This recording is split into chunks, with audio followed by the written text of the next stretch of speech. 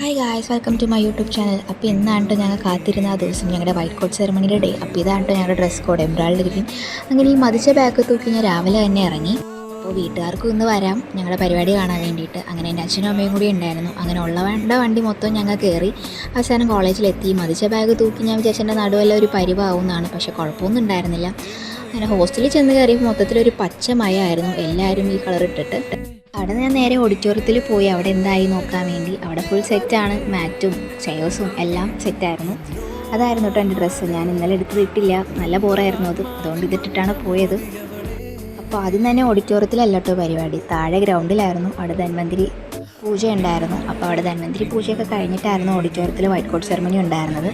അങ്ങനെ പൂജയൊക്കെ കഴിഞ്ഞു. ഇതാ നോക്കൊരു കാടിളകി വരുന്നത് പോലെ ഇല്ലേ.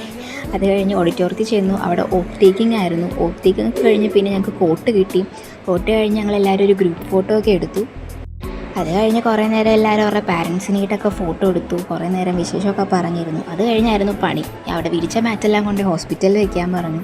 ഞങ്ങളെല്ലാവരും അതെല്ലാം ചുമന്നുകൊണ്ട് ഹോസ്പിറ്റലിൽ കൊണ്ട് വെച്ചു.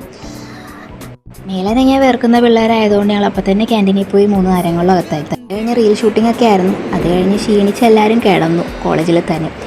അങ്ങനെ ആ ക്ഷീണം മാറ്റാൻ വേണ്ടി പിന്നെ ഞങ്ങൾ ഫുഡ് കഴിക്കാൻ വേണ്ടി പുറത്തുപോയി. കുറച്ചധികം ക്ഷീണം ഉണ്ടായതുകൊണ്ട് മന്തി തന്നെ അകത്താക്കാൻ കരുതി. അങ്ങനെ മന്തിയൊക്കെ കഴിക്കാൻ വേണ്ടി പോയി. അപ്പോൾ ഇന്നത്തെ ദിവസം ഇത്ര ഉണ്ടായുള്ളൂ. എന്തായാലും നല്ലൊരു മെമ്മറബിൾ ഡേ ആയിരുന്നു. പിന്നെ ഞങ്ങളുടെ ഫ്രഷേഴ്സ് ഡേ വരുന്നുണ്ട് കേട്ടോ, അതിൻ്റെ വീഡിയോ ആരും കാണാൻ മറക്കണ്ട. അപ്പോൾ ഇന്നത്തെ വിശേഷം ഇത്രേ ഉള്ളൂ. അപ്പോൾ ടാറ്റ.